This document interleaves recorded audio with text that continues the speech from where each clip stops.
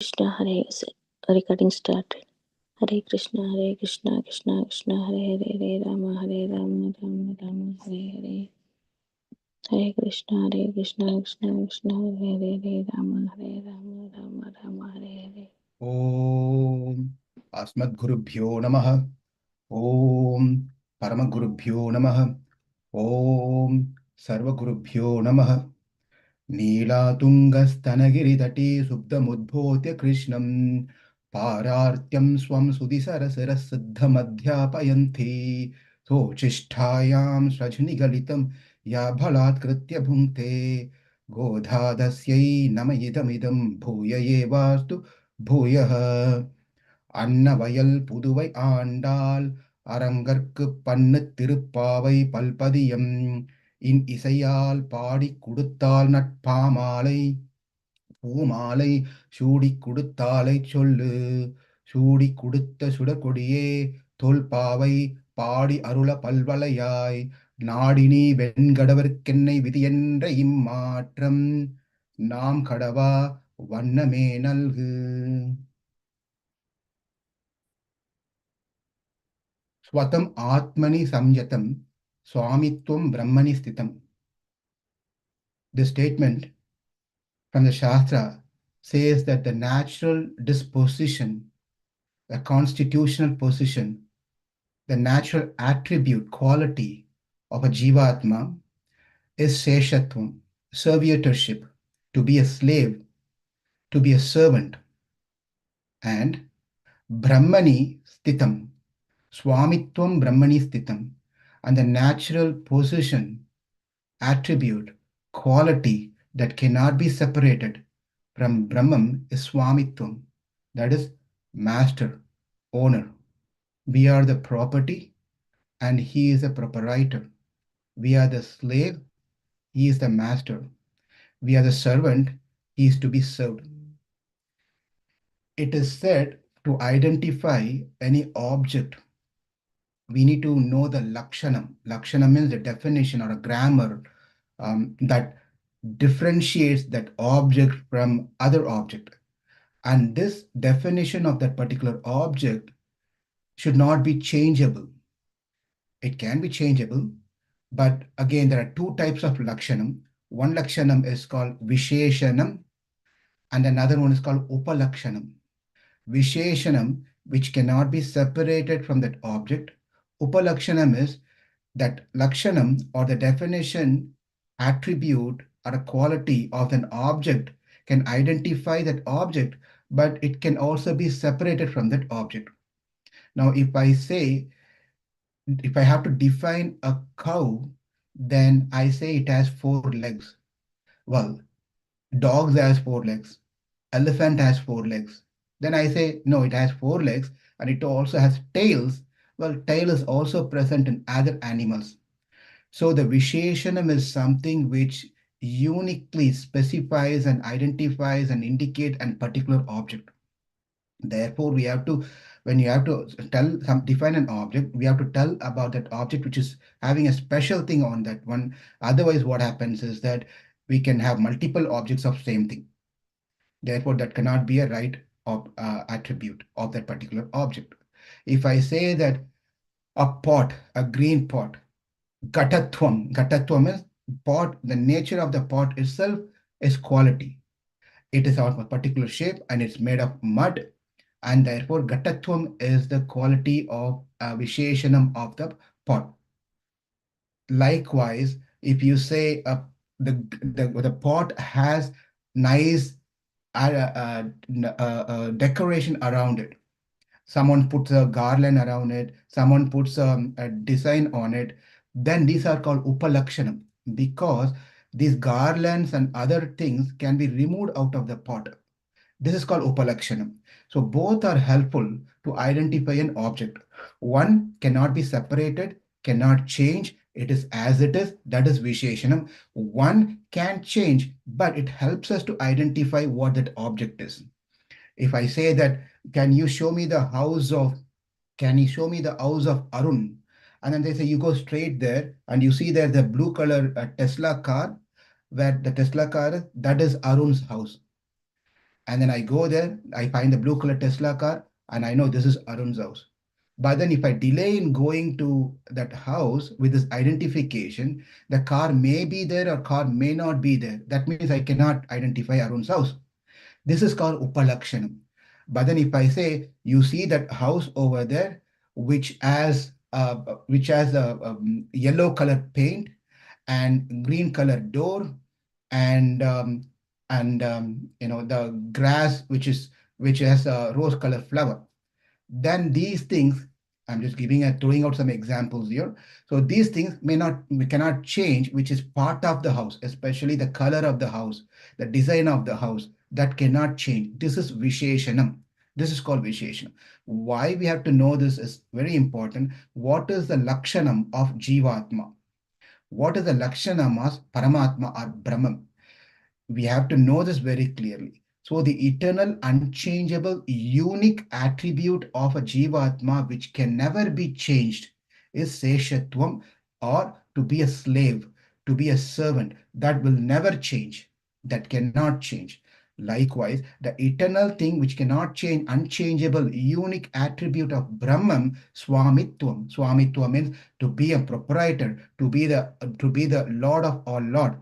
That is Swamitam, which cannot change, or there cannot be a second person who has this attribute called Swamitam. There cannot be something. Well, here is a very important thing for us to understand. Then we have a question that what about the things that in the world that we are seeing, the world is also belongs to the Lord. We also belongs to the Lord. The answer is yes. It is not only us, we belongs to the Lord, the Swami, but also this world, the Prakriti, entire Prakriti, which has Andakatakam and unlimited universes, unlimited planets, and unlimited objects, that all belongs to that Brahman. Therefore, Swamitvam is not only for Jivatma, it is also for the Prakriti. Now, before we go further into the detail, to be the servant in this world it's not been appreciated, cannot be considered as a great thing at all, because no one wants to be servant of anyone. No one wants to be servant of anyone. It is considered that doing a servant job is a job it can be called as dog's job. This is not what I'm saying. Manu says that to do a servant of a job, to do a job which is to serve someone, it is like a dog's job. This is what Dharma Shastra and Manu written in his Dharma Shastra. He says this one. But then we also often hear that doing service is the great thing.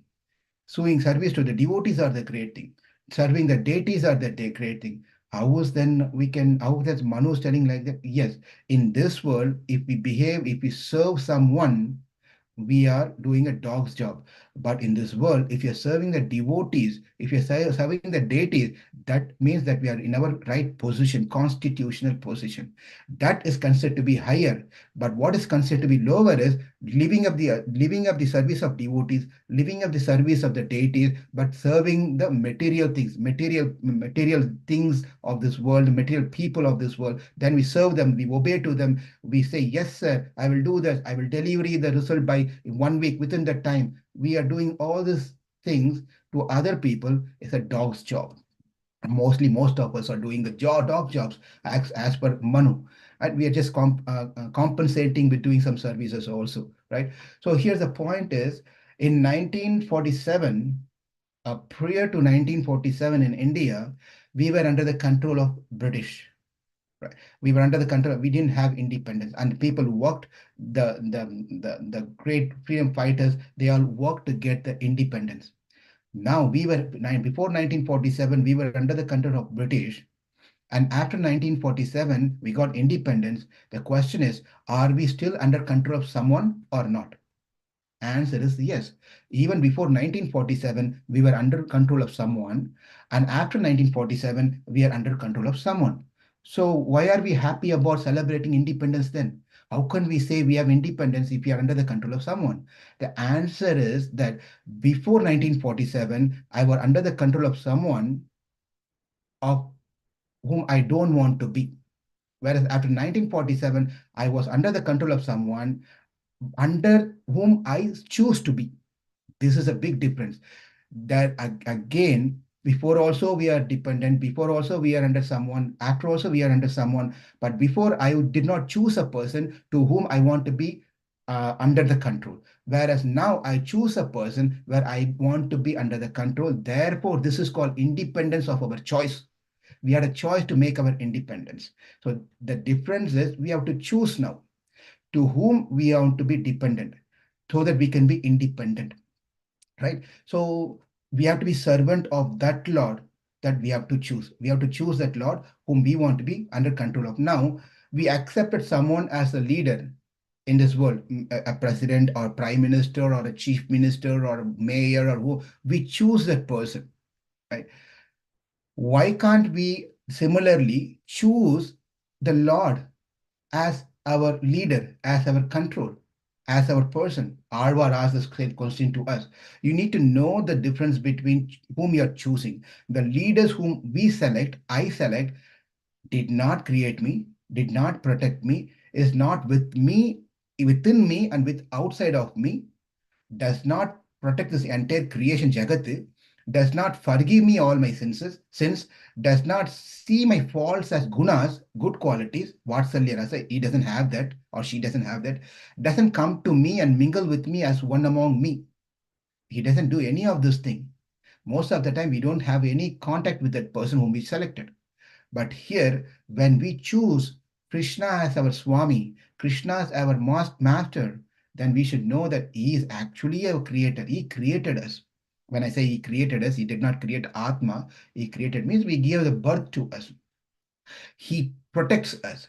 He is within us and he's outside of us. He not only protects us, he protects the entire creation. He forgives all my sins. If we make a mistake and go in front of the prime minister or the president, you tell, please forgive me all the, he's going to go by books. He's going to go by the laws. Well, I'm sorry. I know you are, but I got to do my job. Otherwise, I'll be thrown out of my job. So, but when you go to the Lord, surrender unto him, he says that, my dear Lord, I've made a mistake. I've committed a lot of sins. Please forgive me. Lord said, well, I'll forgive you. Don't do that again. Don't repeat at least the same mistake. You can do the different one and come back and I'll forgive you. But don't do the same mistake again. The Lord is ready to forgive us. He does not, he sees our faults as guna. He sees as faults as guna. How many people in the world will see that fault as a guna? No one will see that. Only Krishna sees. And we discussed this one yesterday in Vatsalya Rasa, comparing the calf and cow. That is how the Lord is. He is willing to come to me and he's willing to be with me. He's willing to mingle with me.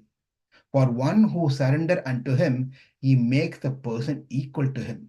If I surrender to the prime minister or the president, and then is he going to make us equal to him? And is he make us a president? Is he make us going to give a special position or something? No, he's not going to do that. But then when we surrender to Krishna, he gives the biggest home, which is called Peruvidu. In yesterday's Parasuram, we saw Siruvidu, the Erumegal Siruvidu, means the Erumegal, the buffaloes were grazing the lawn behind the house. So when we surrender to Krishna, he doesn't give the Siruvidu, he gives a Peruvidu, means the biggest house. The biggest house is Sri Vaikuntham. He just handovers to us because it belongs to us. We should understand Vaikuntham. Who is the owner of the Vaikuntha? Of course, Krishna is the owner. So who has the right to claim Vaikuntha also belongs to me? If my father has a property and my father passed away, then who has the right to claim that property? Or even if the father is alive for that matter, right? Otherwise, someone will message me, oh, Krishna doesn't die. So how can you say that that comes to you? So let's not get into technical things and too much philosophical things here. Take the essence of the message here. So the father has a property. Naturally, the children can claim that belongs to me. Therefore, Vaikuntham actually belongs to us, the devotees of the Lord. And when we attain by Sri Vaikuntham, he makes us equal to him. In what way? In 8 qualities. The Lord has unlimited aneka gunangal, which unlimited qualities, unlimited auspicious kalyana guna. But then he gives 8 qualities of his in full to us. Ya Atma, Apahata Papma, Vijaraha, Vimuttihu, Vishokaha, Vijikitsaha, Apipasaha, Satya Kamaha, Satya Sankalpaha. These are the 8 things. Apahata Papma. we will be completely free of any sins. Lord also is completely free of karma. Vijaraha, we will be free of old age. Lord is also always the same youth. Vimrityuhu, we don't have to go through death. Of course, Lord never dies. Vishokaha, Shokam. Shoka means sadness. Vishoka means Ashoka means the same thing of Vishoka. Vishoka means free of sorrow. We will never have sorrow. Vijigitsaha, no. Vijigitsaha means no hunger. Apipasaha, no thirst. Satyakamaha, unfailing desire. Our desires will never fail. And of course, when we go there, we'll not have a desire of wanting to have material things. That desire is going to be spiritual. Therefore, none of our, even if you for some reason, just for the argument's sake, if we have a material desire over there, thinking that, oh, I want to see my grandfather, I want to see my mother, I want to see my father, even that desire will be fulfilled. One can see, no one, by the way, after attaining the Lord in the spiritual world, being engaged in the service of the Lord, after seeing the beautiful face of the Lord, we will not even think about those people in this world, by the way. So I'm just telling that even if one have a desire to wanting to see their parents, their brother, their uncle, their sister, even that desire can be fulfilled. Satya Kamaha, Satya Sankalpaha, all the plans that he puts, the wills that he have, the wills that it all gets, never fails. Satya Sankalpam. Sankalpam, the free will that he has will be fulfilled. All this will be fulfilled. The condition of being a slave to service, to do the service to the Lord, is referred as Seshatvam. What is Seshatvam? We understanding our position that I am the servant of the Lord. To the next degree, to understand is I am the slave of the Lord. No one want to be slave of anyone. But in this case, we should understand the real position of us is we are all slaves. And when we understand we are slave, that is when we have understood what Krishna consciousness is, what bhakti is, what surrender means. Now, is it not true that that then this house also falls under the category of Seshatvam or surrender? Answer is yes. Not only I am slave of the Lord, even the matter that we see, this house, this laptop, this table, my phone, and all those that we see, it also a slave of the Lord is also falling under the same category. That is correct. Both sentient and non-sentient are properties of the Lord. When we say property, that means they are under the control and preview of the Lord. What do you mean by saying I'm property, this property belongs to me? When we say I have a property in I have a property in India, okay, do you know where it is? Do you know how big that is? And do you know all those details? Or you then I said, I have a property in India, but then I don't know where it is, and I don't know how big it is, and I don't know anything about it. And okay, do you have any control of that your property in India? Well, sir, I don't have a control of that property either. When how can you say yourself as a proprietor? How can you say yourself to the owner of that property? Literally, for the namesake, you're an owner, but you're really not the owner. You don't have any control or control of that property. Therefore, when we say the property, that means this is where we have to understand that Krishna is a complete controller, and then he can control and execute what he wants towards the Jivatma and towards this Prakriti. When we say they are under the control of the Lord, that means their existence is, when we say that their existence is for the pleasure of the Lord. When we have a property, when I have a car, a latest and greatest car, why is the car existing? The purpose of that car that I purchased or I own is for my pleasure. The duty of the car is to give pleasure to me. That is matter. Now, what is the duty of a Jivatma? The duty of the Jivatma is because it belongs to the Lord, is a property of the Lord, is a slave of the Lord, it's a servant of the Lord. Its duty is to give pleasure to the Lord. So, both as same purpose, to give pleasure to the Lord. Then how is that Atma is going to be differing from the Prakriti, the matter? There is only one thing which differs the Atma from Prakriti. Atma and Prakriti, that is the sentient and non-sentient. Sentient means Atmas, We are all sentient beings, Atmas, and non-sentient is called the matter, which doesn't have consciousness. So that is called non-sentient entity. So both sentient and non-sentient gives existing for the pleasure of the Lord, which is common. But how is the sentient entity, that is Jivatmas, going to be differing from the matter, non-sentient entity, through only one factor?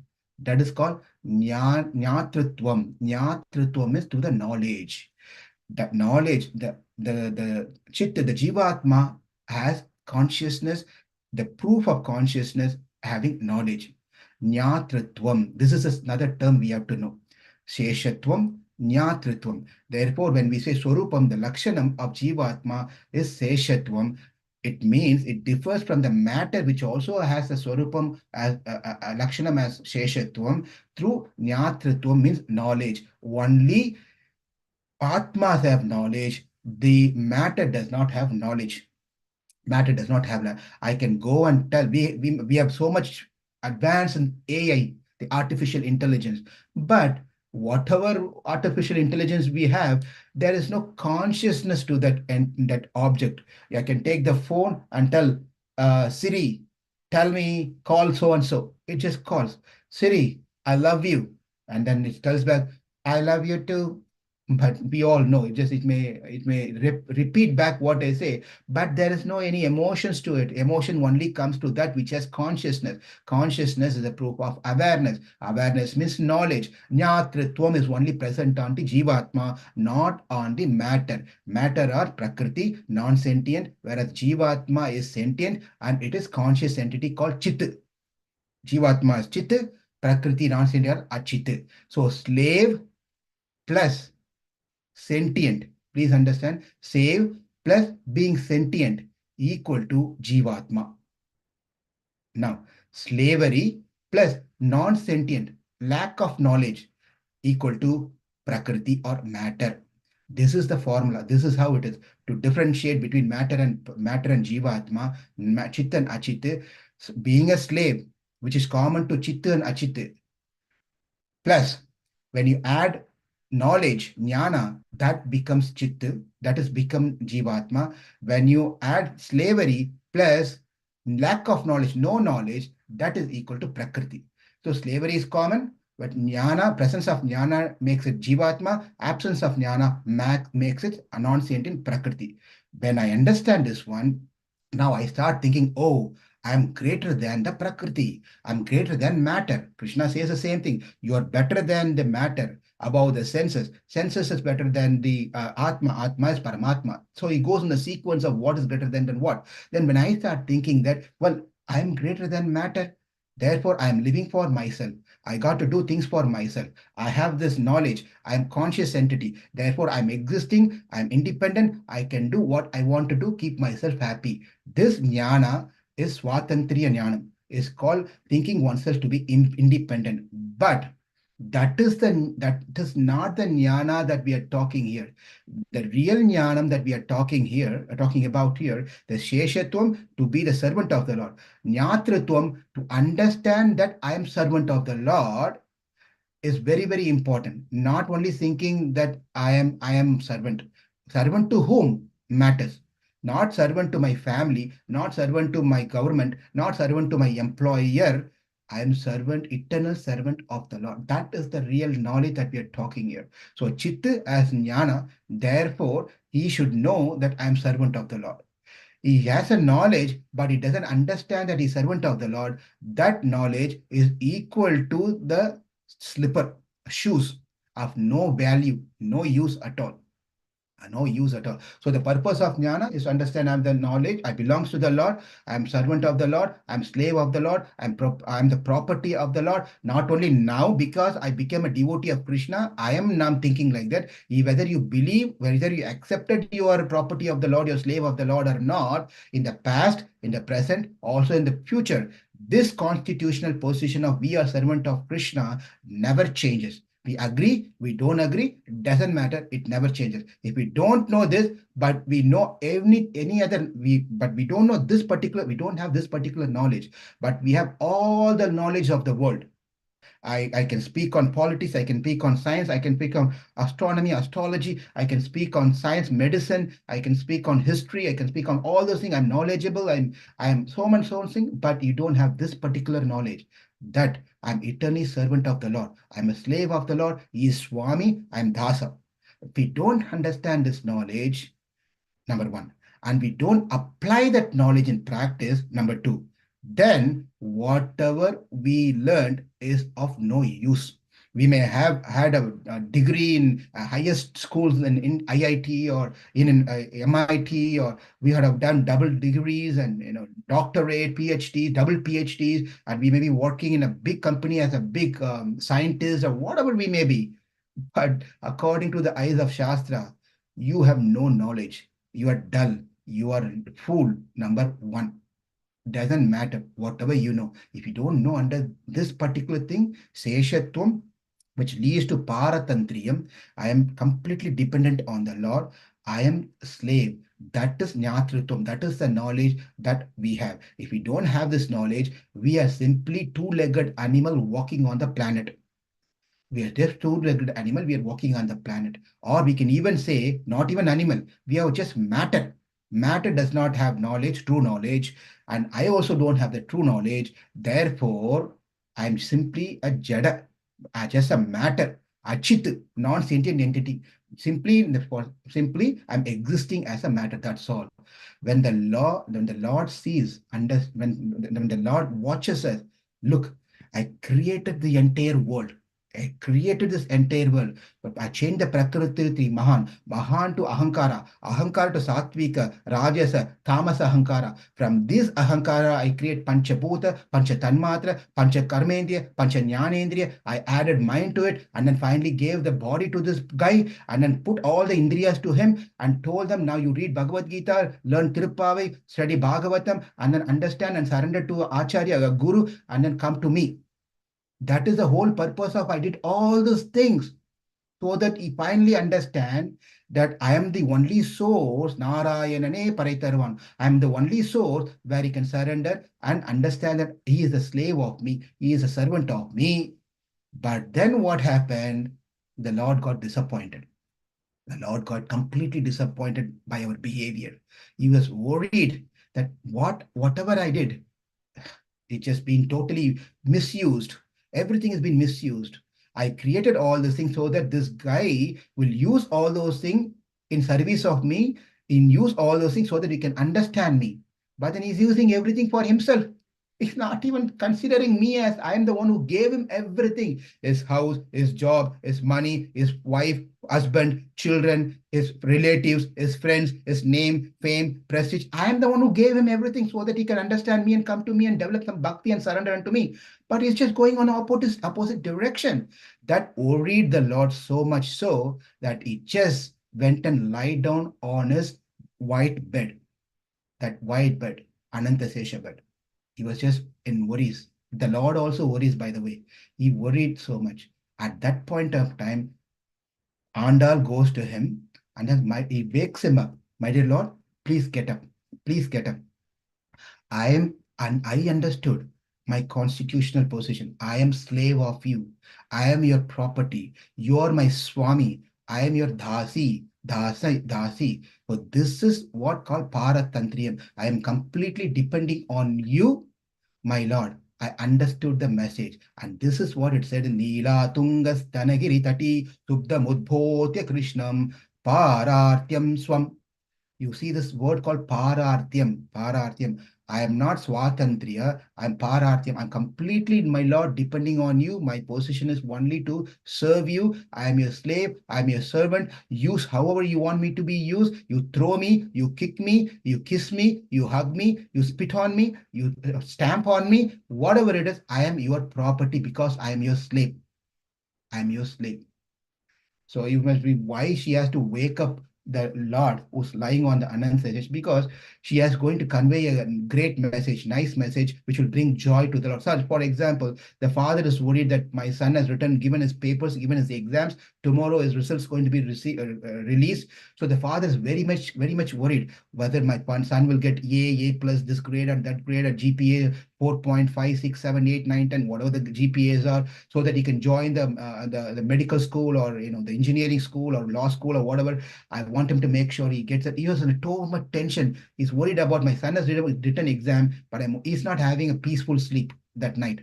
But then the next day morning, the result has been released. The son goes, gets the release. He sees, wow, 4.9. Right? He comes running to the father and he wakes up the father without any fear. Because to wake up someone, you have to have some courage, right? You don't want to wake up someone and they just kick on your face or spit on your face and then scream and yell at you. I had a friend in my college time. He's a fantastic, nice guy, very nice guy. But when you try to wake him up, he just becomes so enraged and he just so get angry. He doesn't know what's right next to him. He just start throwing things and pushing things and yell at people and kick people. That's how he was. He's just so not all of us who are staying we all stayed together in this apartment during college time. So we are very scared to wake him up. So we stay in a distance, quite a distance, maybe close to another door, exit door, and we call this person, hey, you get up, it's getting late for us for the class to go to the class, get up. And then obviously he gets up, screaming at us. Finally he gets up anyway, but we are safe, we don't get hurt. So likewise, Andal goes in front of the Lord, and she's waking up without any fear. And the Lord gets up, what's the matter? Father, I passed. Not simply passed, not just passed, I passed with a good grade. And the Lord says, what? And when the father wakes up and, hey, what happened? Why did you wake me up this early? Dad, I passed the exam with fantastic grades. And you can see the smile on the father, the happiness in the father, and he just with tears in his eyes embraces the son. My son, congratulations, you made it. You made it. I was really worried whether you could make it or not, but you made it. Thank you very much. Andal goes and wakes up. Leela Tungal Stanagri Tade Suptam Udbodhya Krishnam Paratyam Swam Sudhisara Sarasadam Adhyapayanti Sochistayam Sajinigalitam Yabhala Kritya Bhunte Kodada Se Nama Idam Idam Bhuya Vasti Bhuyaga. And Lord becomes happy. My dear Lord, I'm very happy. My dear Lord, I passed. I understood that I'm your slave. Krishna says, the Lord says, now go down and tell the same message to others. Tell the same message to others. And that is the purpose of why Andal came into this world, to teach us that the Seshatvam, what is Gnatrutvam, what is the real knowledge that we should have. The real knowledge is I am Sesha. I am the servant of the Lord. I am property of the Lord. I belong to the Lord. I am the slave of the Lord. And I'm complete Paratantryam. I'm completely depending on the Lord's mercy. When we have this knowledge, Nirbharaha, Nirbhayosmi. It said that two things, we can be free of two things. Nirbhara. Nirbhara means we can be free of any burdens in our life. Right now we feel heavy burden on our shoulder. And I say, not we're carrying anything, but mentally we are feeling that I have to take care of my wife, my son, my father in India, mother and my sisters, my brothers, my child here. I have to do all. My God. I only wish there's one person, nice devotee. He said, Prabhu, only thing is that he always comes, he was a devotee, he's a devotee also in our community. That person says that, Prabhu, is too much. I wish I know Krishna consciousness before. I would have simply not got married. I would have not got married. So much. It's not that he's having a problem with the family. His family is fantastic family, by the way. No issues. Good wife, good children. Everything is good. But even we have a good wife, good husband, good children, you can still feel the weight on our shoulder. Irrespective of how good the family is, how good the life is going, there is some weight, that unknown weight on our shoulder we are carrying. Everyone is carrying. Not only husband is carrying, wife is carrying, children for that matter, they also carry certain weight in their shoulder. Therefore, when we have this knowledge, I am the slave of the Lord, I am servant of the Lord, nirbhara, nirbharam. Nirbhara means we will be free of any burden. Why? It is not my duty to carry anymore this burden. It is my master's duty to carry. And nirbhayosmi, and we'll be free of fear. We will not have any fear at all. Little bit also, no fear. Why? What is to fear? Why I have to be fearful? Because the proprietor is the one who has to take care of me. Of anything that's happening, he has to make sure I'm safe. It is not my duty to make sure that I am safe. It is his responsibility to take care of me while I'm in this world. It is also his responsibility to take care of me and make sure as long as I stay in this world, I'm happy and doing well, nice. And then after I finish my life here, it is his responsibility to take me back to his house. That means what? Give moksha. I have nothing to do with myself. I don't need to do any effort to save myself.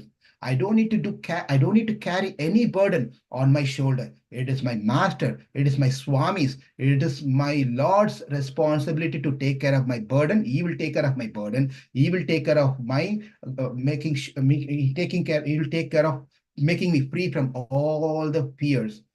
Until the Lord decides, I will continue in this world. So if He is going to do everything, I'm not going to do anything. What are we going to do now? Because I'm telling the burden is all given to the Lord and I'm free of fear. I don't need to do any effort. I don't need to do anything for that matter. If anyone just joined this class now and heard what I just said and logged off, that means they are going to go and tell, and they will have an idea that I am the surrendered soul. I have performed Sharanagati. I'm completely surrendered soul. From today's Parasuram, today's 9th day of Tiruppavai, I learned that I should not be doing anything. Simply just be there, wait for the Lord to deliver us. That's all I have to do. And you call that person, Prabhu, why are you not coming to the temple? I don't need to come to temple. Why are you not chanting? I don't need to chant. Why are you not coming and doing services? I don't need to do any services. I am completely depending on the Lord. I don't have to do any effort for that matter. I am surrendered. It is guaranteed. And the Lord is going to take care of his property. I am his property, and he will do at any cost. Any cost, he will do it. And that is not what the message is. As a practicing devotee, yes, we don't have to put any effort to save ourselves, number one, to find any means to attain moksha, the lotus feet of the Lord. Those are the two things. We don't need to work on saving ourselves. The real savior is the Lord. And we don't need to find any means to attain the Lord, because Lord himself is the mean. Narayanane Paritarvan means he is the mean and he is the goal. Therefore, I don't need to do any of those things. But I have a responsibility to take care of the Lord while I'm here. I have a responsibility to take care of the devotees while I'm here. I'm doing all this thing, right? To take care. So now we are not doing the service. We are not doing the service to get moksha, but we have to do service. We are not chanting the Lord's name to get rid of Papa, but we have to do chanting. We are not attending Tiruppavai class so that we get some punya, but we have to attend the Tiruppavai class, Bhagavad Gita class, or Bhagavatam class. We are doing service of chanting, chanting, attending classes, learning scriptures, and then talking and giving lectures as long as we are in this world, so that we can continuously remember and stay in Krishna consciousness for the pleasure of Krishna, for no other reason. I'm not doing any of this thing because I don't have to do any of this thing, because Krishna is the savior. I don't need to put any effort to save myself. I'm not holding chanting beads thinking that Krishna, I'm chanting, so deliver me. Krishna, I'm doing services, so I take this as a credit and then deliver me. Take this as my qualification and deliver me. I'm giving donation, take this as a donation, as a qualification, deliver me. I'm doing all the services, take that as a qualification, deliver me. That is a wrong understanding of Krishna consciousness. That's the wrong way of understanding. It is not the real knowledge. Krishna, I'm chanting for your pleasure. Krishna, I'm giving donation for your pleasure. Krishna, I'm serving for your pleasure. I'm doing everything for your pleasure, so that while I'm doing the services, different types of services, I can be in Krishna consciousness. Therefore, I am doing all this thing. I'm not doing all this thing to attain moksha. That is not my goal. Attaining moksha is your responsibility, not my responsibility. I'm not worried about when I'm going to be delivered. I'm not at all worried about that. Because why? The slave is not going to be worried about when is going to be paid, when is going to be given clothing, when is going to be given food, when is going to be treated, etc. He's not going to be worried about whenever the boss wants. Whenever the owner wants, he will give him some cloth. He will give him some food. He may give, he may not give. So I am your slave. I'm not worried about attaining your lotus feet. I'm not worried about coming to spiritual world and being and dancing and all those things. I'm not worried about any of those things. As long as I am here, I want to remember you. I want to make sure that I serve you. The rest of the thing to take care of me and make sure I finish and go is your responsibility, not my responsibility. And this is the consciousness that the girl that we are going to see today has. The fourth girl that we are seeing today of this category. This category, I will not do anything. Why should I come out? Why should I open the door? Why should I come to you? Why should I go to Yamuna Nadi? Why I have to do all those things? It is Krishna's responsibility to take care of me. I have nothing to do. I have nothing to do. It is his duty to make sure that I attain his lotus feet. I don't need to adapt any means that you are all telling to attain him. That is his responsibility. It is not my responsibility. But my duty is to make him happy while I am in this world by engaging myself in his services and his devotee services. That's all I have to do. And I am also doing that not to get moksha, but to see the Lord is happy. So this girl has fully realized this truth and hence placing her arms on her chest and sleeping happily, deep sleep. This is the only girl out of the four girls that we saw. This is the only girl really sleeping in a deep sleep. You know, when you put your, it is said, when you put your arms on your chest and sleeping, that means you are sleeping with no tension, high, without any disturbances. And this is exactly the mood of Mother Sita, by the way.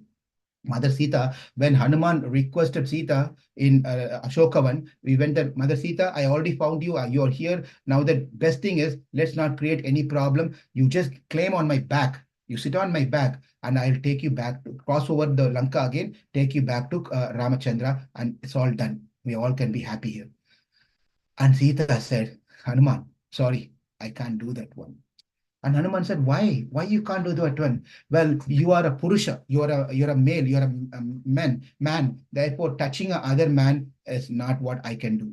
And Hanuman laughed and told, Mother, that cannot be the reason. You know very well that you are a Jagat Mata. You're mother of not only one or two, you're mother of everyone, the entire creation, entire Jivatma. And I am part of this entire population of the Jivas. Therefore, I am your son. And you know very well that cannot be. Mother can touch the son, whether the son is 5 year or 50 year or 90 year, the mother has the right to touch, slap, do whatever she wants with her son at any age. Likewise, you can sit on my back, I can take you. There should be some other reason that why you want to claim on my back and come back to Rama. She said, yes. You see, Valmiki, when he comes to know, if Valmiki comes to know that, because Valmiki knows in and out of what's happening in Rama's pastime. So when he comes to know, he's going to write something bad, ill about Rama. Hanuman was thinking, why he's going to write bad about Rama? Listen, he was going to write an additional sloka out of 24,000 sloka. He's going to write a couple of slokas saying that someone came over there to Panchavati. A Rakshasa came. He lifted Mother Sita and came across the ocean. And a monkey came across the ocean and he lifted Mother Sita and brought her back to the seashore. And he's going to ask the question, what was Rama doing then? Is it not a bad name for Rama from Valmiki? I will never bring any bad name to Ramachandra, my husband. So my purpose of existence is to bring glories to the Lord, glories to the Lord, glories to my husband. And this is the consciousness that Mother Sita had. This is exactly the consciousness that we all should have as a devotee. My purpose of existence is to bring not glories to myself. I want to be great. I want to have a follower. I want to have so many people listening to me, disciples to me. No, that is not the purpose of my existence. My existence is to bring glories to my Lord. How Mother Sita had, she said, my existence is to bring glories to the Lord, not bring bad name to the Lord.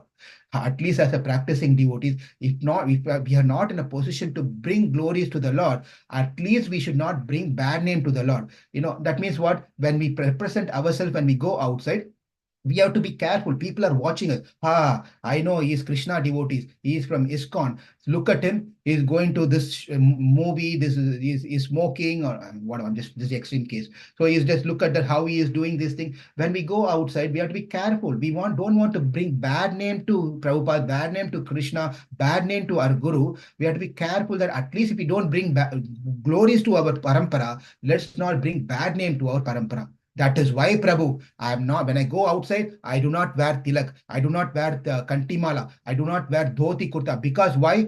Then if I can't be freely outside, and then people will think something about me. And if they think something about me, they will think bad about the entire institution of Krishna consciousness.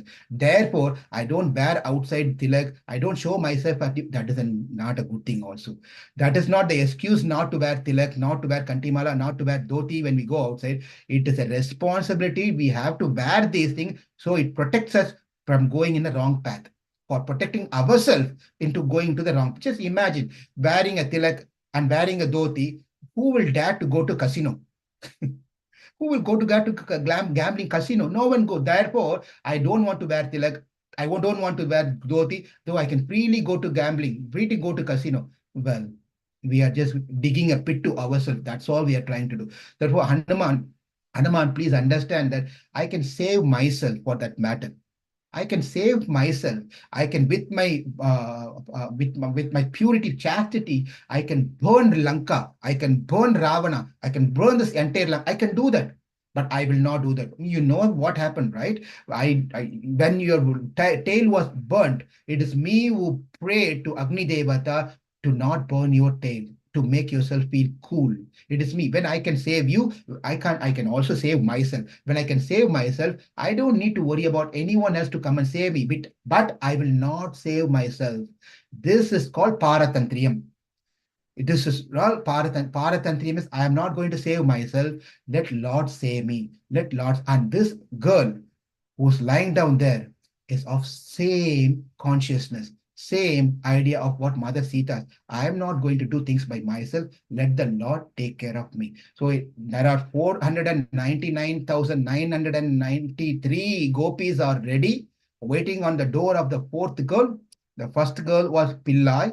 The second girl was Pei Penne. The third one was Kodugulam Udaya Pavai. The third one was, and fourth girl, she has a special, very, very special name. This Parasuram is very special, and this girl is very, very special. Why? Maman Mahale, because she is related to Andal. She is related to Andal. And another speciality of this Parasuram that we are going to see, which we are already 540 over here, but we haven't got to the Parasuram yet.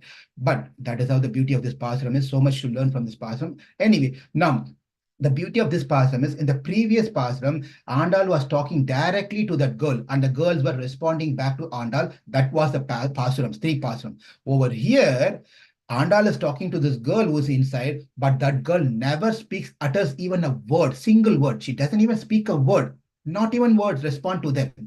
That means he's deep in sin. And then the second beauty of this one is that Andal not only talks to that girl, when she doesn't respond to that girl, then she talks to the girl's mother, Mami Avala Yerpiro. She talks to that girl's mother, requesting her to wake up because she's not responding to them, Andal. Therefore, she's reaching out to her mother. Why don't you wake her up? Why don't you talk to her? She's not responding anything to me. So she must be in deep in sleep. Therefore, you please wake her up.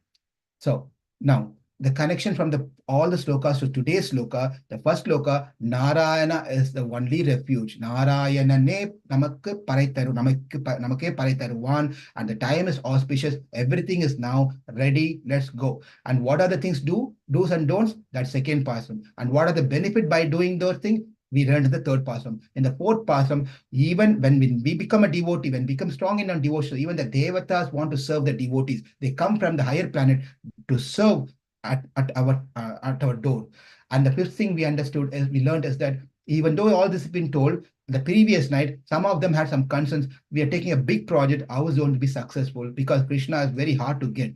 Don't worry about Krishna. When you go in front of him, he will take care of you. He will respond to you, and nothing to worry about. That's the fifth Parasuram. After setting the stage, the next day morning, they went to were getting ready, and they're starting waking up the gopis because some of them are not there.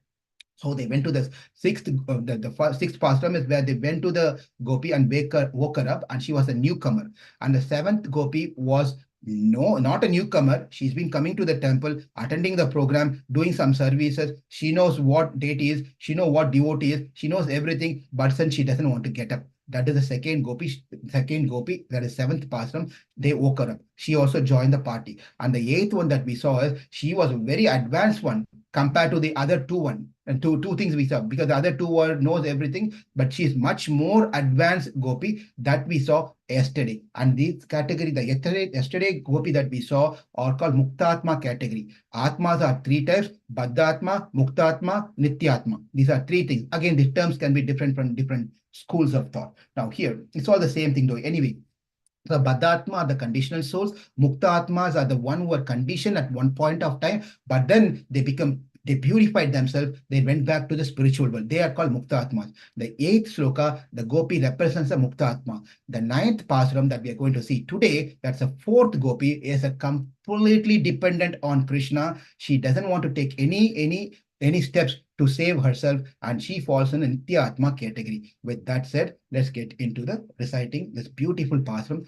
Tumari Madattu Chutrum Vilakkeriya, Tupam Kamarum Thul Animel Kanvalarum, Maman Mahale Manikadavum Tal Tiruppavai, Mamir Avala Yelpiro, Unmagal Umayo Antichevido Anantalo, Yema Perunduil Mandira Pattalo, Mamayan Madavan Vaikundan Endre, Namam Palavum Navindrelo, Yempavai.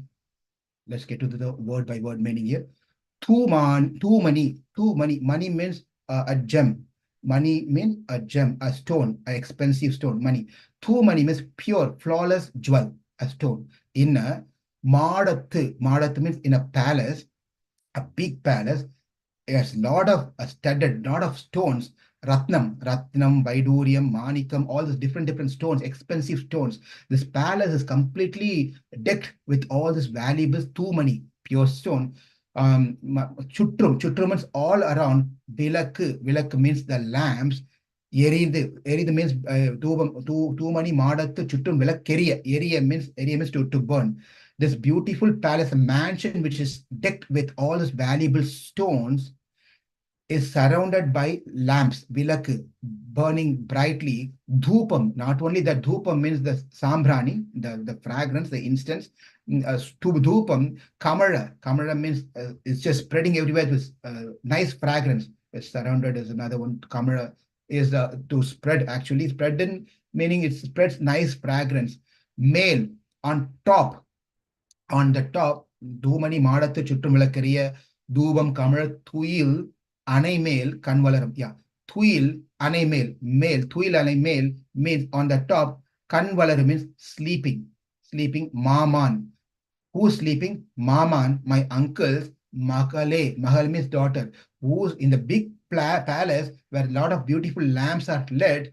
On top of a beautiful and wonderful bed, someone is sleeping. Who is sleeping? Maman Mahale, my uncle's daughter. Maman Mahale, Tumari Madattu Chutrum Vilakkeriya, Dhubam Kamaram Thul Animal Kanvalarum. Kanvalarum means sleeping. Maman Mahale, who is sleeping? Maman Mahale, my uncle's daughter is sleeping. That is our cousin, is sleeping. Manikadavai, the door, which is jeweled door. That is, the door has bells. The door has a bell. In India, we can see this one. The door has beautiful, in the temple especially, it will have a lot of bells. So this door of this girl's house has bells. So Manikadavum, Tal, Tiruppavai. Tal means latch, the lock, latch. Tiruppavai means to open. Open the Manikadu, open this belled, jeweled door, unlock it, unlatch it, this one. And then she didn't respond. She was not responding to any of these things, what she said. And then she turns, Andal turns and sees on the top of the terrace, someone is sitting there. That is the girl who's sleeping. Her mother is sitting there, and she could hear. Therefore, she reaches to her. Mamir. Mamir means aunt in our auntie. Auntie or aunt. Oh, aunt. Aval. Avalai means that girl. Mommy. Oh, aunt. That girl. Yerpiro. Can you please wake her up? Can you please wake her? I tried to wake her up, but she's not getting up. But you are right there. in the same building. At least we are outside the building, outside the mansion, outside the house, but you're inside the house, but you can see us. Therefore, why don't you, Mamir avala elpiro? Why don't you wake her up? And she's just hearing, wake her up. Why I have to wake her up? Okay, because mahal dan, your mahal, means daughter, dan, only, tan, adan, umayam, is she dumb? She's asking to her mommy, she's asking to her aunt, is your daughter dumb? She can't speak? Andrik, or Chevido means, is she deaf? She can't speak. When we are speaking, she is not speaking. When we are speaking something, she is not able to respond. That means, is she deaf? Chevido, Anantalo, or is she tired? Has she become tired, exhausted, or she's become lazy? Anantalo means, has many meanings. Tired, lazy, and exhausted. Anantalo, Mamir avala எழுப்பீரோ உன்மகள்தான் ஊமையோ அன்று செவிடோ Anantalo, ஏம, has she been arrested? Ema perunduil. Ema means being constrained or put into a place where she cannot have access to anything. Is she been put into in your house? Do you have a place where you put your children into a situation, a timeout? Simple word. Did you give a timer to your daughter that she's not getting out of that place? She gave a time. That is what easy way to understand, right? To not get into complicated things of arrested and put into a jail. Is she been timed out by you? So she's not wanting to get out of that place. Yema, perum, yema, great, perum tuyale, mandira pattalo, as she been, mandira pattalo, yema, perunduil, mandira, Mayan, Madani. Okay, couple of, yeah. So here, couple of things are missing here in this one. I apologize for that one. So let me say that. Tumari Madattu Chuttum Vilakariya, Tupam Kamarun Tuil Animal, Mama, Kanmarum, Maman Mahale, Manikadamun Tar Tiruppavai, Mamir avala எழுப்பீரோ உன்மகள்தான் ஊமை செவிடோ ஊமையோ அன்றி செவிடோ அனந்தலோ ஏம பெருந்துயில் மந்திரப்பட்டாலோ Mamayan. Yeah, this is the one that's just Mamayan is here. Mamayan. Mandira Pattalo has been missing from this table. So Mandira Pattalo, as she been, someone has done some black magic to her. Spellbound, she has become spellbound. Someone cursed her, someone put some spell on her that she's not able to move. Mandira Pattalo, Mamayan. Ma means great, Mayan means magician, one who can perform wonderful acts. Madhavan is name of Krishna. Madhavan. We'll see the meaning of that as we go. Vaikuntan. You see, Mamayan is one name. Madhavan is a second name. Vaikuntan is another name. Mamayan, Madhavan, Vaikuntan, endendru. Keep repeating this name. Mamayan, Madhavan, Vaikuntan, Mamayan, Madhavan, Vaikuntan, Mamayan, Madhavan, Vaikuntan. Why don't you repeat these names? As you go to your girl to wake her up, why don't you repeat this Namam, these names? Palavai, there are many names. You can use these 3 names and use this name as the base and call out different names. Sagastra Namam, call different hundreds and thousands of names of Krishna. And why don't you do this one? Tell her this one. Ravindra, why don't you tell her this one? By that, when you tell this one, she will definitely wake up. And what's the meaning of this one? With the lamps blazing in a bejeweled chamber on a soft bed, fragrant smoke of incense wafting around, you lie asleep. You've been sleeping, really enjoying your life and sleeping so much happily over there. Right?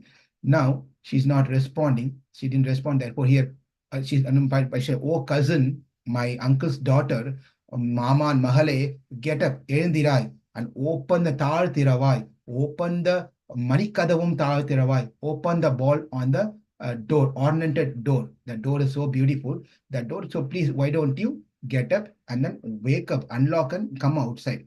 That's the first part of it. Since she was not responding to her questions and requests, then she turns to the aunt and said, Mamir avala எழுப்பீரோ, my dear aunt, won't you wake her up? Is your daughter dumb? Is she deaf? Is she exhausted? Has she been bound by a spell? What happened to her? To wake her up from her hypnotic sleep, let us recite as a remedy. So let's give her a medicine to wake her up. What is the medicine that we are going to give her to wake her up from the spell? of sleep, the numerous names of the Lord as God of the supreme magical mystic power, Mamayan, the God of Mahalakshmi, Madhavan, the Lord of Vaikunta, Vaikuntan. So that is the meaning of this sloka. Now, before we get into the details of deeper meaning, now take the lines and then we are going to see what it means now. Okay. The first part and the first part of the first line, Tumari Madattu.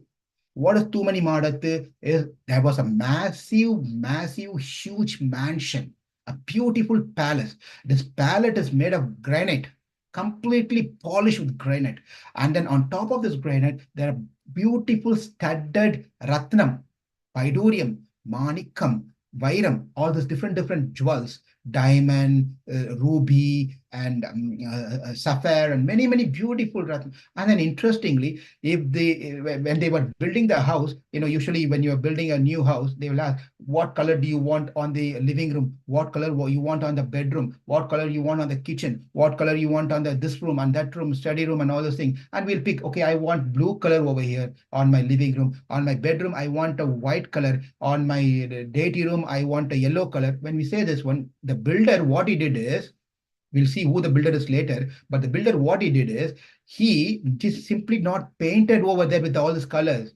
He picked those gems with that color, and he studded the whole wall into blue sapphire.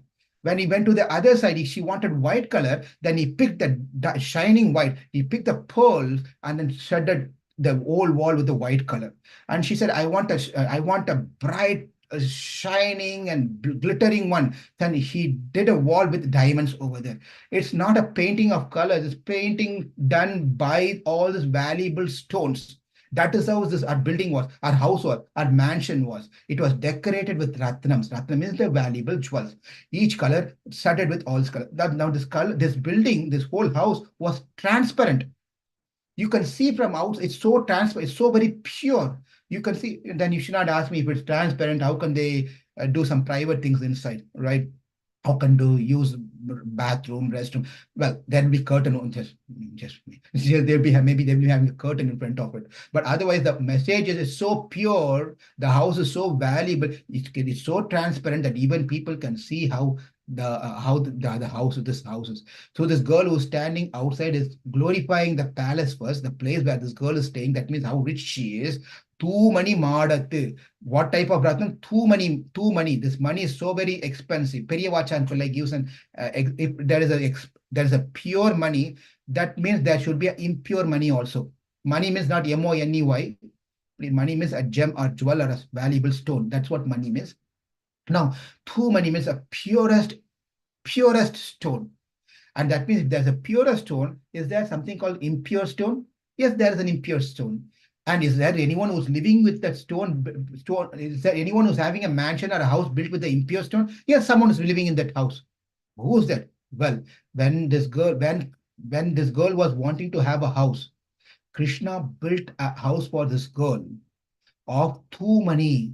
Tumari means the best and purest and expensive stones, imported stones from all the different countries. He imported all the stones and made a building for her. And when he was importing all the stone, obviously some stones would be having defect, something having a dust, some may be not very good, all those things. What Krishna did with, he collected all those rejected products, rejected things. He took that one, he polished it, removed all the dirt and make it nicer and built his house.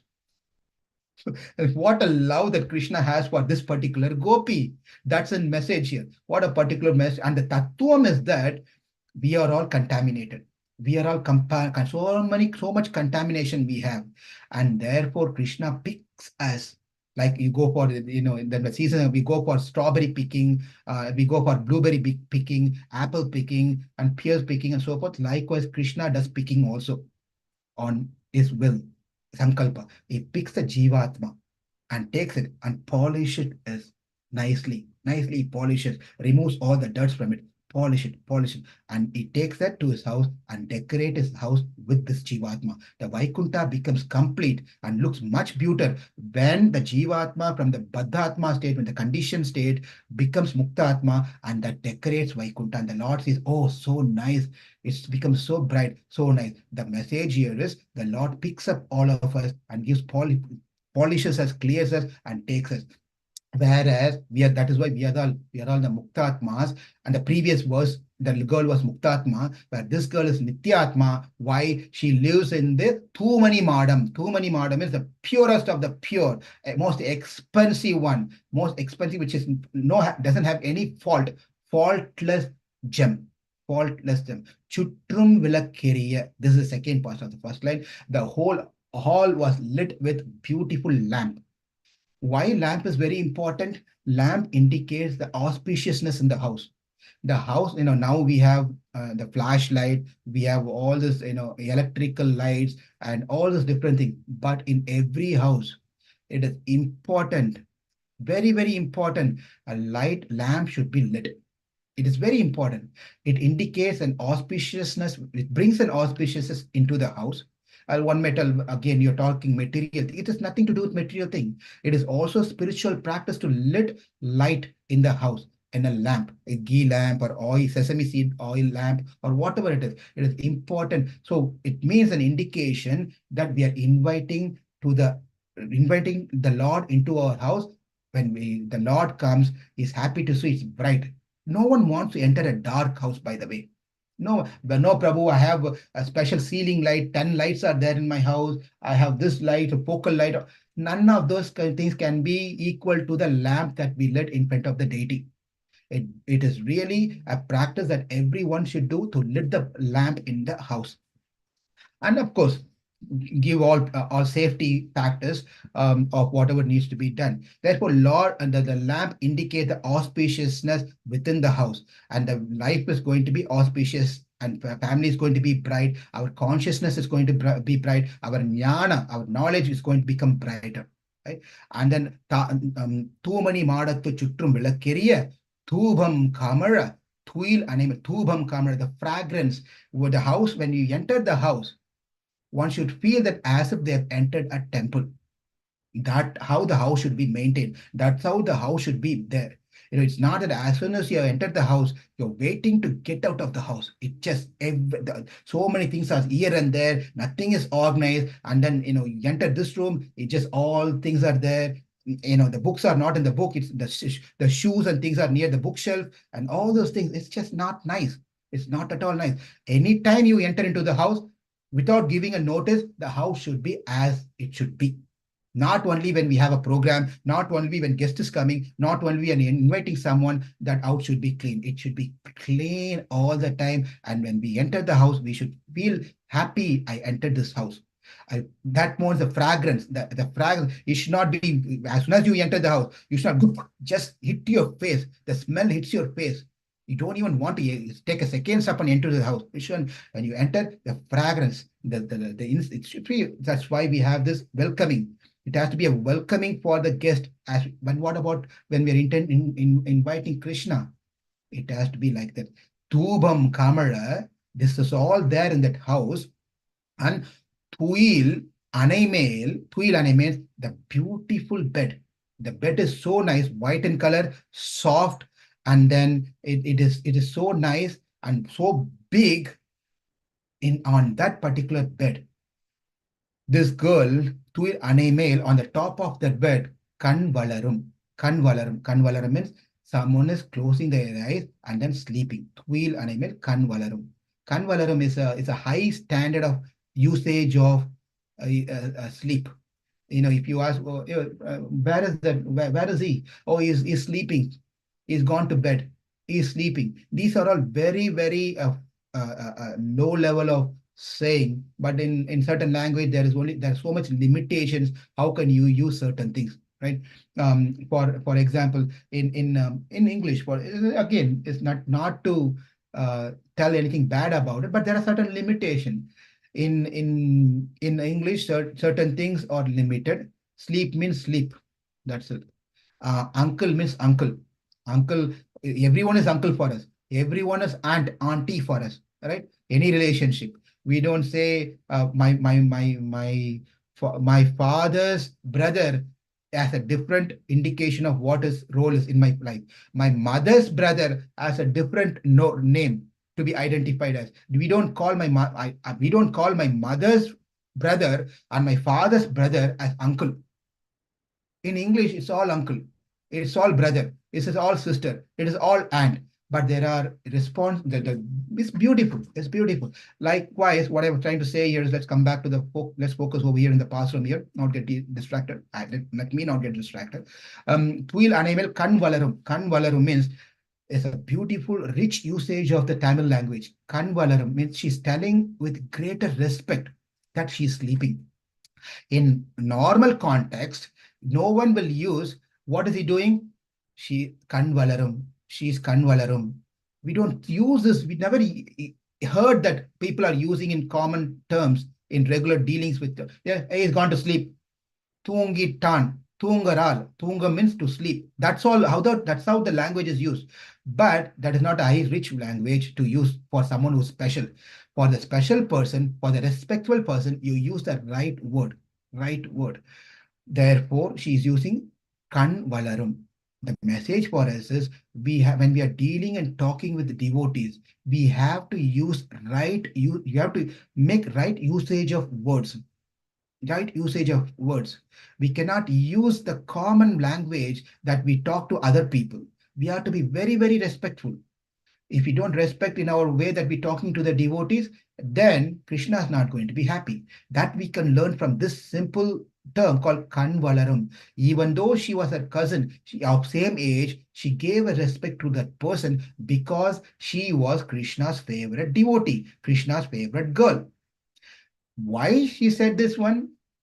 She was deep in sleep. Only those who have, here's the point. As I already told, you cannot wake up the person who is pretending to be sleeping.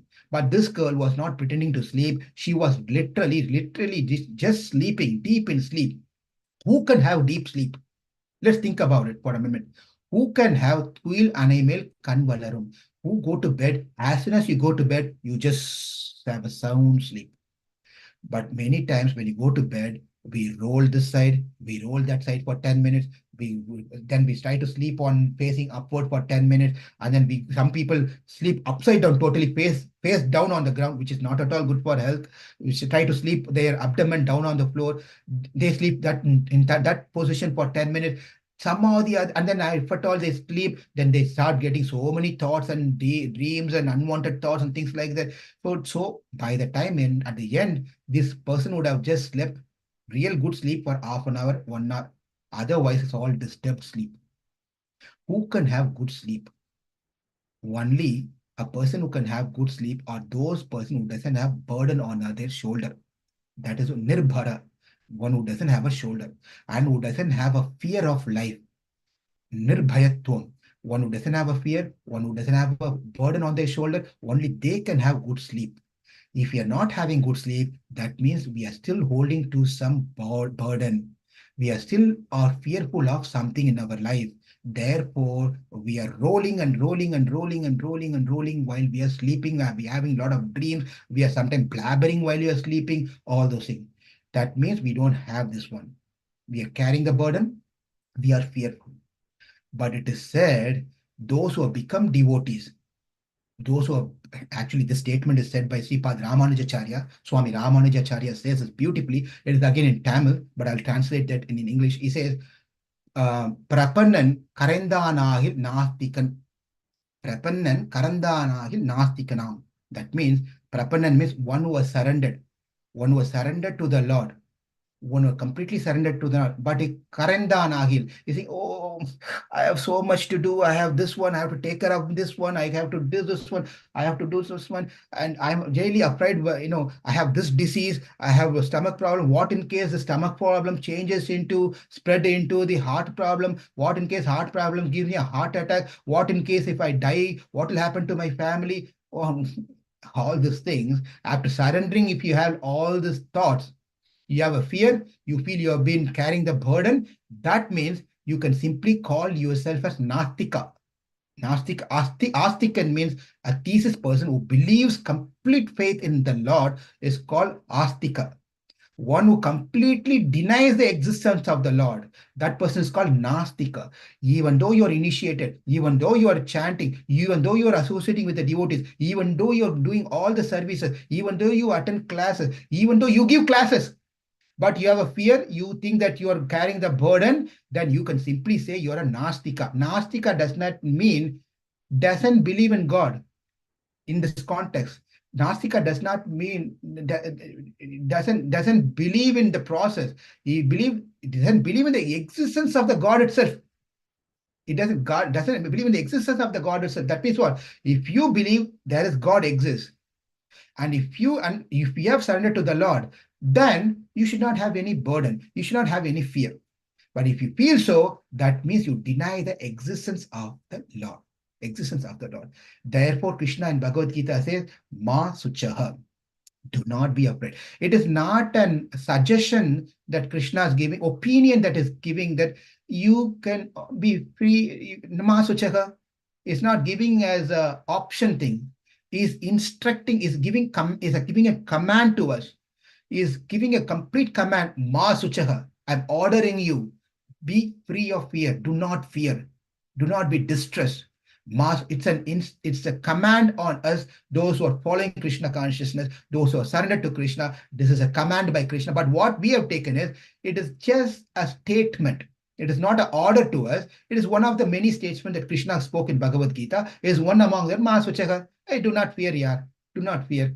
Don't worry about it. We always say this one, Prabhu, I couldn't come to this. Hey, don't worry about it. No problems. When anyone texts us as a message that they couldn't do this one and whatever it is, we immediately what we say, no problems, no problem. Don't worry, no problem.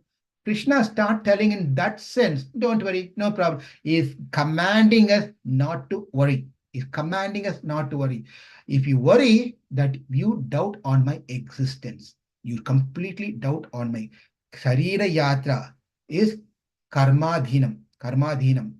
Karma adhinam. Adhinam means the Sarira Yatra that we are having this body, this Yatra that we are all going through with this carrying this body. By the way, the body is not carrying us. It is we who are carrying the body. That is the truth, right?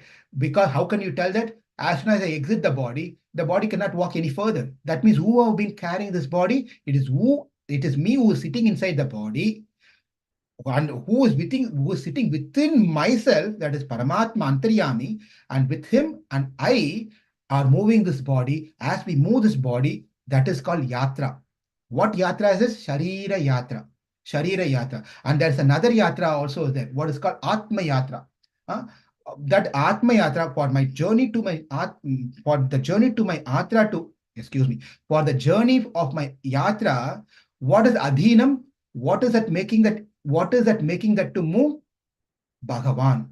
Bhagavat Adhinam. Whereas my body to move is Karma Adhinam. Because of my karma, this body is moving. Karma is what is making my body move. But what is going to make the journey of my Atma? It is completely depending on not on my karma. It is depending on Bhagavan. Bhagavat Adhinam. Therefore, Tumari Madattu Chutrum Vilakkeriya, Dubam Kamala Thuil Anemel Kanvalarum. No response. Not at all responding. Now she decides why she's not responding is because this massive building is studded with so many, even though it is transparent, they can see that girl is sleeping on the fantastic, comfortable bed. They can see they've been calling out and telling these things that you're living in the bigger thing, you're sleeping, and etc. etc. Then saying you're doing all this thing, but she's not able to hear because of this beautiful transparent building. Then they saw on the terrace, her mother was sitting. That is open terrace. Mother was sitting. Now they turns her, Mamir. Then he goes to her and calls her Mamir. My dear aunt, man, my uncle's daughter, Mama and Mahal, my uncle's daughter, she's not opening the door, unlocking the door and opening the door. She is deep in sleep. She's not opening, she's not responding to us. Therefore, Mamir, my uncle's wife, my cousin's mother, Mami, and Mamir avalai எழுப்பீரோ. Mamir avalai எழுப்பீரோ. Mamir. This is a beautiful thing that we need to know. How does Andal, who's from Srivilliputtur, which is which is on the southern side of India, have an aunt in Vrindavan, north side of India? How is that? How can please understand, Andal is not in Srivilliputtur, in southern side of India. She transferred herself, even though she is physically there, she transferred herself to Vrindavan. She's in Vrindavan, she's with gopis, and she herself as a gopi, now waking up all the gopis, and she's calling the fourth gopi she's waking up as Maman Mahale. Maman Mahale. Maman Mahale. How come she found an uncle over there? Maybe they found a job, and the job transferred them over there, the office transferred them to that place.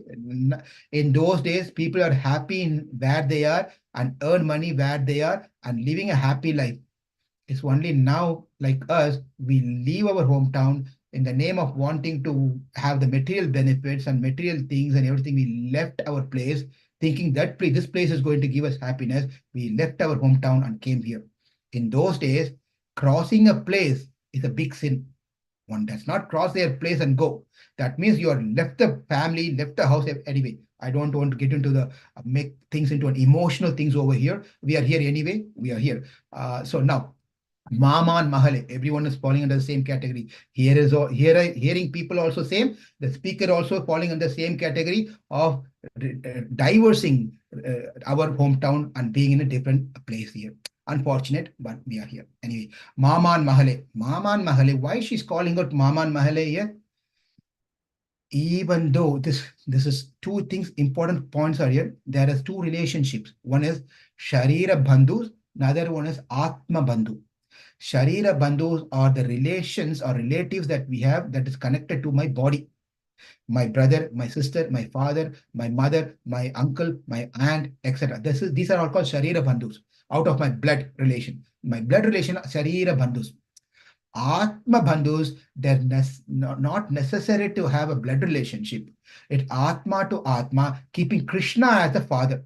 When we keep Krishna as the father, Krishna as the mother, then the relationship that we all have doesn't require to have a blood relationship. Everyone is related, irrespective of we having a biological relationship, blood relationship.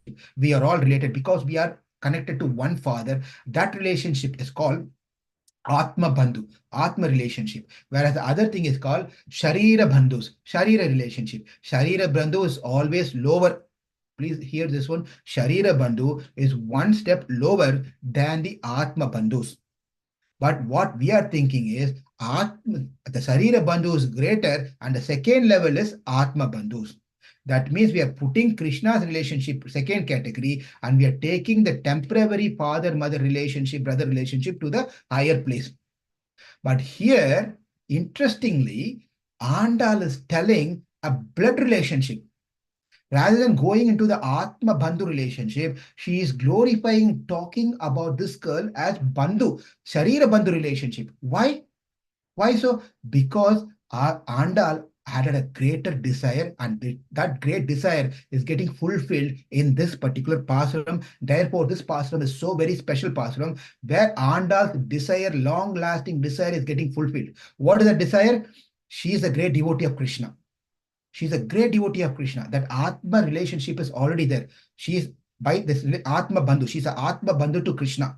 But her only concern, only some desire that she had is, well, I have an Atma Bandhu relationship with Krishna. I wish I also have a Sharira Bandhu relationship. I should also have blood relationship with Krishna. How nice it will be. How nice it will be. It is like, a family is really a family when the family is with the relation that we have within the family, husband, wife, children, and so forth. It is Sarira Bandhu. If the family member is also an Atma Bandhu, how nice it will be. That means we have a family, nice family, and if the family is also Krishna consciousness family, how great that will be. How great that will be. It's fantastic. Life will be very nice, right? Well, here she's already having an Atma Bandhu relationship. Now she's thinking, what I'm lacking is I don't have the blood relationship with anyone. who's related to you, Krishna.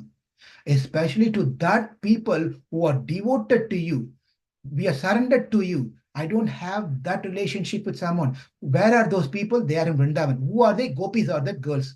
Gopis are the devotees who I want to have that blood relationship. I desire to be born in devotees' family. I know that Shariram is secondary, but I have a desire. If at all I have a desire to, if at all I have to take a birth again in my next life, let me be born as a son or a daughter of a devotee. Let me have the Sharira Bandhu relationship, which is lacking in me, which is lacking. Therefore, Andal was a long-lasting desire of wanting to have the relationship with gopis is fulfilled in this Parasuram by calling herself. Now she's saying, Maman Mahale, my uncle's daughter. That means what? She's now got into the relationship of the gopis. When she is related to the gopis, that means Krishna is going to favor her, Andal. Andal is going to be favored because of she is related to the gopis. Therefore, if we are related to the devotees, we will be saved. We will be saved. Therefore, we stay under the shadow of the devotees and we'll be taken care nicely. Now, Maman Mahale, Manikadavum, Tar Tiruppavai. This beautiful flower, this beautiful thing, Tar Tiruppavai. One thing to be noted here is this Parasuram is again unique and special compared to the three Parasuram that we saw before, because in the previous three Parasuram, in the sixth Parasuram, Pullin, Silambinakan, Pullarayan Koil, Vellai, Vidisangan, Peraravam, Ketulayo, Pillai, Yendirai, Peimulai, Nanjundu, where she said that the birds are chirping and then the conch shell has been blown. Don't you see this evidence and things are happening? Don't you understand it is morning time? Why don't you get up? See, giving all the incidents or the evidence to tell that girl, the first girl, that it is morning. And when we went to the second door, she said, Kishi Kishendengum Anai Chatan Kalandu Pesina Pecharavam Ketilayo Pepenne Kasum Pirapum Kalahalapa Kai Perte Vasanaram Kol Cheer Matinal Wasipadata Tairavam Ketilayo. So she says that, don't you hear that the birds are discussing the Anak Chatan, this Bharadwaja Pakshi, these birds are talking to each other. Don't you hear that the girls, the ladies are churning the curd and the sounds are coming from the bangles and the necklace. And don't you hear that the mattu, the rod is making its sound? Don't you hear this one? Don't you understand? Now it's morning time. She said this one. And then when she went to the third girl and she said, Kirvanam Vellenderume Sirividu, Meivan, Parandanagan, Mikulla Pillaihalum. You see the eastern side, it's bright now, the sun has raised, and all Irmai, all the buffaloes are gone to the grazing. Don't you understand that it's morning time? She gives all the reasons over there. But then over here, Andal learned a lesson by her mistakes. Because what happened in the previous cases, whenever she said something, and the gopis from inside gave a counter argument, saying that, no, you are blabbering, you are talking, you are doing mimicry like a bird, you are, etc., etc. Whatever they are giving, all the different reasons they have been giving, that they are arguing to and forth. Therefore, she learned a lesson. At this time, at the fourth door, she's not giving any reasons at all. No reasons. Nothing is being told. This is quite interesting here. So you see here, Tumari Madattu Chuttum Vilakariya. So what? It's a it's a palace. Palace is full of bright lights. Tubam Karman Tul Animal. There is Sambrani, or the fragrance, the instant six has been lit. And this girl is sleeping. That's all has been told. And what she told is, Maman Mahale, Manikadavum Tachirvan. Hey, my uncle's daughter, come open the door. That's all she's telling. She's not telling the sun is raised, the conch shell has been blown, the buffaloes are grazing. Nothing has been told, because there's no point in telling any of those things, because if you tell anything, she's going to respond back with some other answer. She won't be, therefore, she didn't say anything. While Andal was thinking like that, at the time she saw that ant was sitting over there, and she calls her, Mamir Avala Yerpiro. I tried my best, so could you please go wake her up? Mami said, I tried calling, but no response to me either.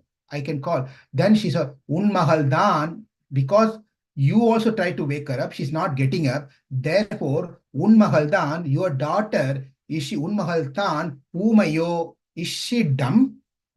Is she dumb, Andri, or Chevido, Is she deaf? Anantalo. Is she tired? Or is she become a lazy girl? Yema perunduil mandira pattalo, yema perunduil mandira pattalo. Is she been spelled with some curse, or she's spelled with some black magic or something where she's not able to get up, or you've been arrested or put her into a place where she doesn't want, give a timer to her, she doesn't want to get up? Well, I have a technique for you. For all this, there is one solution, one medicine that, my dear aunt, that you can tell or give to that girl, and she will get up immediately.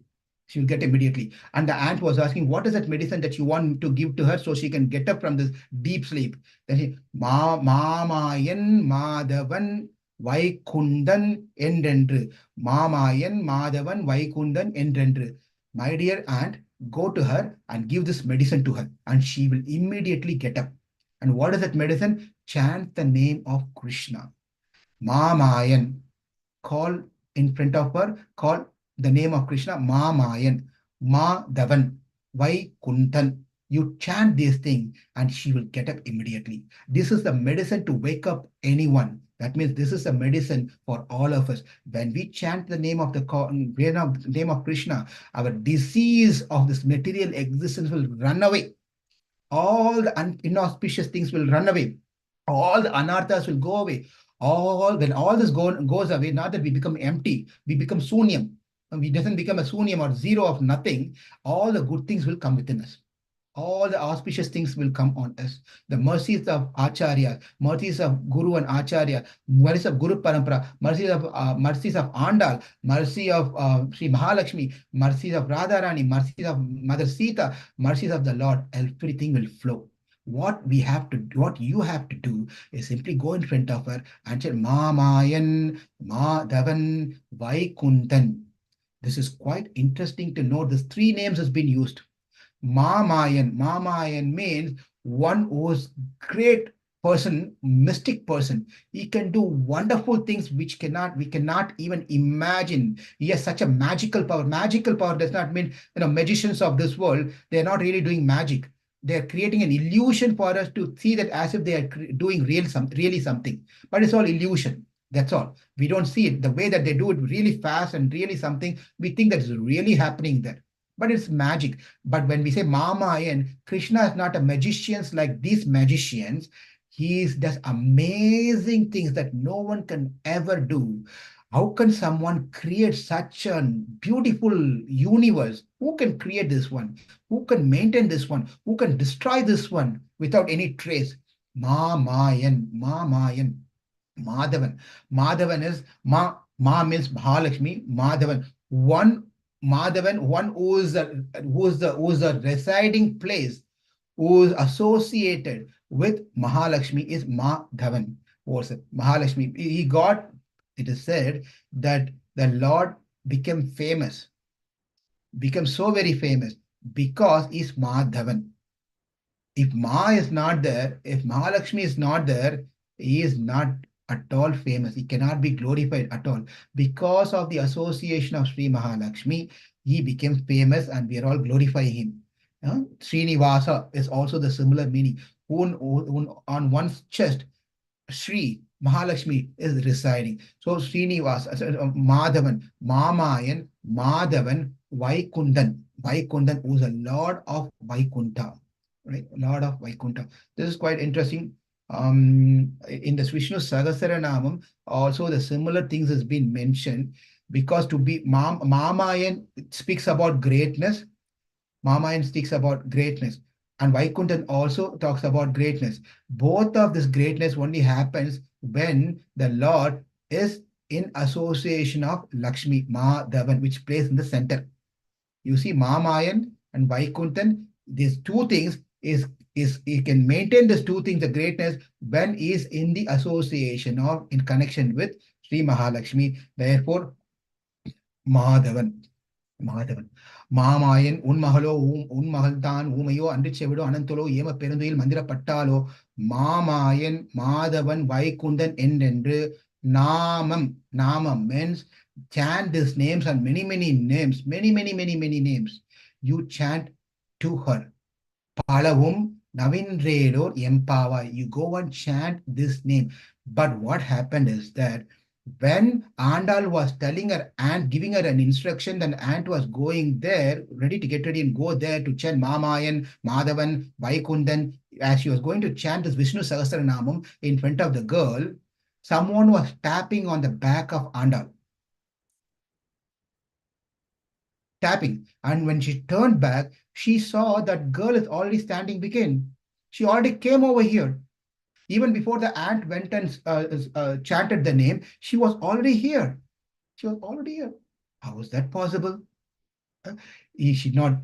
That is because this is what the Acharya says, that whether you chant, whether you and here, however it is, somehow or the other, the holy name of the Lord enters into our ear, that purifies us.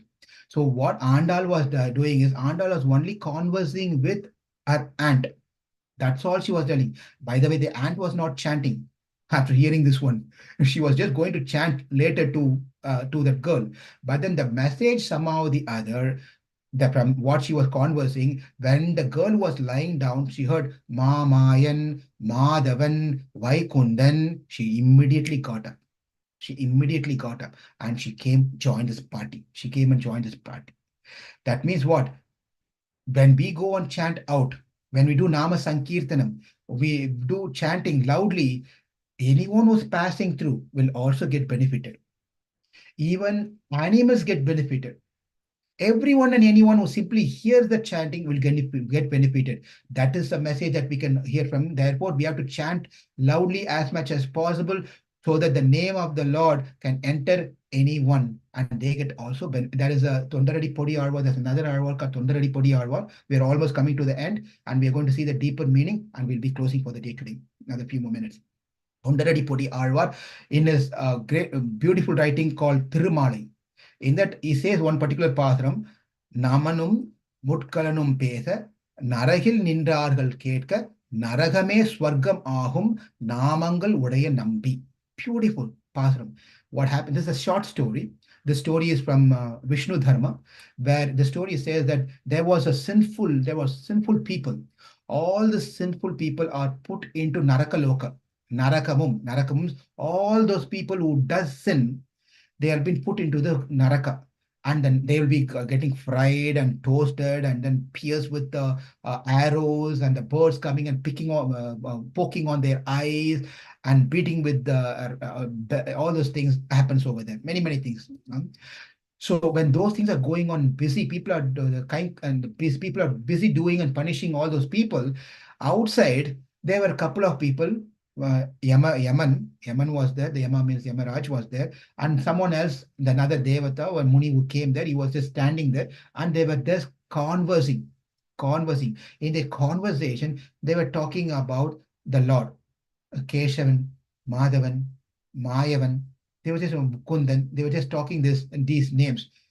When they're talking this name and the conversation got over, and that person who came, he went, and Yama was returning back to see how the job was going on, how the kinkaras, all the servants are doing their job or not. Or he want to see a review of how the performance is going on. So he went there. When he went there, there were not even one single Atmas to be punished. The whole place was emptied, and all the kinkaras, all the servants of Yama, they were just put their hand on their head and just sitting there, afraid of they don't have any job to do. There's no job. They will be fired, right? So Yama was wondering what happened. What happened? Why did everyone disappear from this Narakaloka? And that is what Tondaradi Pudiyarva said. Namanum Mudgalanum Pesa. There was a person called Mudgala, and Naman is Yaman. They were having the conversation in Narakaloka. Namanum Mudgalanum Pesa. Naragal Indrargal Ketka. The people, the Atmas who were there, was listening there. Naragame Swargamagam. That whole Naraka becomes Swarga, heavenly. Because why? There is no sinful people anymore there. Why? How did this happen? Namangal Udaya Nambi. By chanting the name of the Nambi. Nambi means the Lord's beautiful. Nambi is another name of the Lord. By chanting the name of the Lord, everyone disappeared. And that is the inner meaning of this one. Now let's go to the deeper meaning, the last slide of the sloka. And this Parasuram is all living entities. the beloved object of the Lord. Who? That Atma. Now this deeper meaning, it is no more the gopis who's lying down there. It is a message to us. We are understanding as from the living entity perspective, Atma's perspective. O living entity, the beloved object of the Lord. You have beautiful form. Your face beams with intelligence and your behavior is perfectly agreeable. Now, Tumari Madattu Suttrum Vilakariya, the description is given about the palace mansion, how beautiful it is, how the lights are lit, all those things. It is all talking about a devotee now, a living entity for that matter. How beautiful that person is, how is full of knowledge, how the Lord is happy with his behavior, and etc. etc. We are overjoyed to see you. For you make no effort of your own to want towards liberation, but depends on entirely upon the Lord. Acharya comes, Guru comes. He was so pleased to see this person, how dedicated, how sincere he is, how he's totally depending on the Lord. He is not making himself any effort. That means he's depending on the Lord to make an effort. He's only doing services for the sake of doing services, not in return to expect the Vaikunta, not doing any. When that's been appreciated and become overjoyed, we pray to you. The person is praying, the other devotees are praying. We pray to you to redeem us from our possessiveness. Now we are praying to that particular devotee who's in that stage. This is important to get the blessings of such devotees. Therefore, we are praying to that devotee, my dear devotee, my dear Prabhuji, my dear Mataji, I pray to you to redeem us, to reclaim, to release us from our possessiveness, that is mamakara, and to guide us along the lines of your spiritual practice. But still, you turn as a deaf, you are not hearing. Prabhu, I call you so much. You are not attending my call. You are not even responding to my messages, especially my messages. You don't see my messages, but I see you online all the time in WhatsApp group, but you're responding to everyone, but not to my messages. I need your help. Please call me. I want to meet with you. I want to discuss with you. I have this problem called Mamakaram. Can you please guide us? But you seem to be deaf. You're not returning again. Bhava is important, that we don't go and talk to a person like this. You don't tell us, Prabhu, are you deaf or what? Don't you hear me? I'm calling you so much. Come on here. We don't talk like this respectfully, but here the relationship that they have is so intimate relationship. Therefore, they're having such conversation. Prabhu, are you deaf or what? That tone is different. Prabhu, are you deaf or what? That tone is different. So sometimes it depends on the relationship. We converse accordingly. Over here also same thing. Are you deaf? Are you not able to hear what I'm saying? I'm pleading to you. Are you not able to understand what I'm saying? Please answer my call. Please message me. I'm waiting for you to respond to me and guide me through. Then that person not responding, then our attention turns towards someone over there that turns toward Mahalakshmi, Tayar, the Purushakaram. Purushakaram means who is there to recommend us to the Lord. Oh, Mother of the Universe. In that Paratantryam, Mamir. Remember the Mami, the ant over here? That is the Mahalakshmi is what is told here. Over there is Mami, the ant, or Oh, Mother of the Universe. Can you not compel this qualified devotee, Adhikari, whose Adhikari means qualified devotee, to teach us the way of surrender, Prapati Sharanagati, to surrender? Can you please tell the devotee who himself is so much dedicated and surrendered, but he's not responding to our call? I understand that only by your word that person is going to show his mercy upon me. Therefore, why don't you tell the devotee, please show his mercy upon me to teach us how to surrender? Can you not make a reply to our humble request? Has she completely immersed? She's not responding because she's completely immersed in Bhagavad Vishesha, completely immersed in Krishna Anubhava. Krishna is experiencing Krishna inside. Complete disregards the worldly affairs. She's not focusing on anything outside. She's internalized herself and she's with Krishna all the time, so that she's not able to hear, she's not able to respond, she's not able to do anything. Maybe she's completely mesmerized by Krishna's beauty. She is in the complete Krishna consciousness samadhi state. Therefore, we sing the glories of the Lord. He that is easily accessible by the chanting of the Lord, that he is the consort of Mahalakshmi. He is easily accessible, even though he is great, he is easily accessible. Mamayan, he is great Mamayan, but he is easily accessible. Madhavan is a consort of Sri Mahalakshmi, and that he is the all supreme and he is the owner, resident of Vaikunta. When we chant his names loud, his auspicious attribute, all his Kalyana Guna will come upon us. Please, for the time being, arose her and meditate, arose her from her meditation, wake her up from her deep meditation of she's being deeply involved, having connection with Krishna, bring her to the external consciousness, bring her out of it for only to get her association, her relationship.